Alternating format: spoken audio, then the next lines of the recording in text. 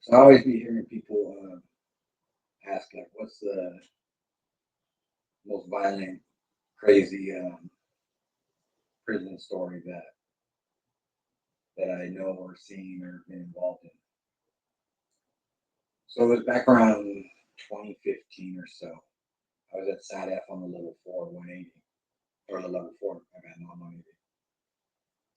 And it was three surenos. Two were from White Fence. One was from somewhere else. Well, the one that was from somewhere else, I knew him. I did a few tats on him.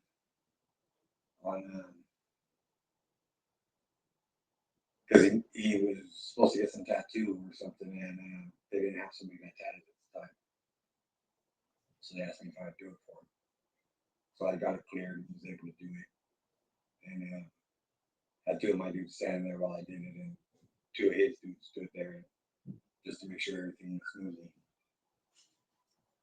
Well, anyways, this fool, he liked to get high.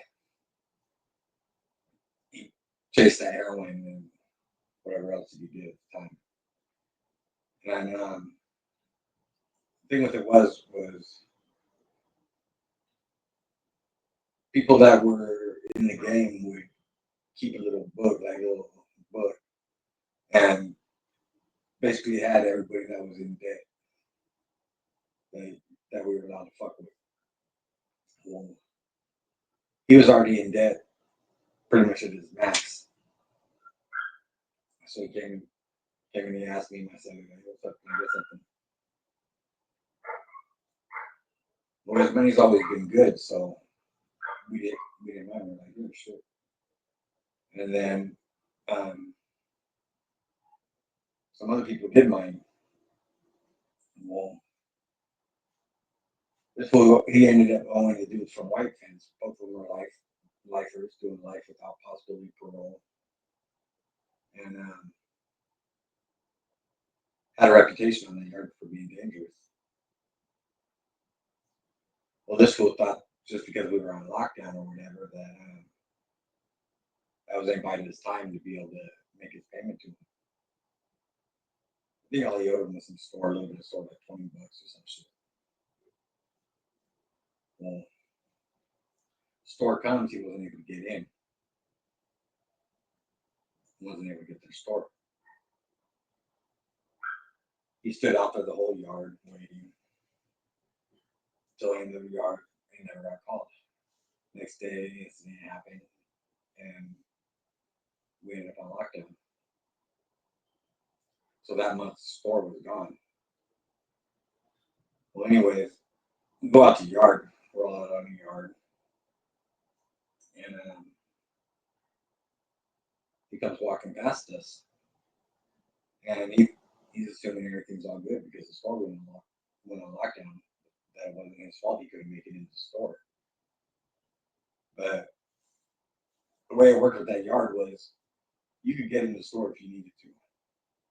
They had an inmate worker that was working the canteen, charged like $5, paying the $5. You make sure that you were one of the first guys to make it in because you never knew if there was any store after that first day. So he would take however many people they needed to run that day, and he would basically charge them all $5 to get in there, and then he was getting his store for sure. And the canteen free staff that worked in there was cool with it. They were like, shit, go ahead, make your money off of it. And they would let him do it that first day. After that, if we did get a store or whatever, then they ran it how they were supposed to. But the first day was always people that were paying. So he could have made it in the store if he really needed to or wanted to. Anyway, so we're out on the yard. He goes walking by, assuming everything's all good. Gets about 10 feet past us. There's the two dudes from White Fence coming up behind him. He didn't see him coming. He gets about 10 more feet. By the time he hit about 20 feet from us, the one who slid up behind him, the other one ran around him to the front. Both pull out big ass bone crushers. and the dude from the front hits him first. Boom. And when he did it, dude didn't know what to do.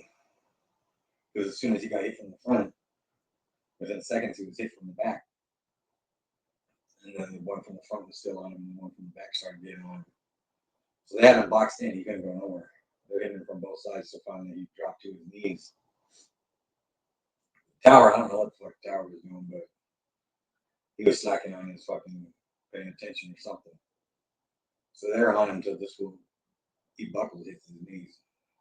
Next thing you know, he's face down.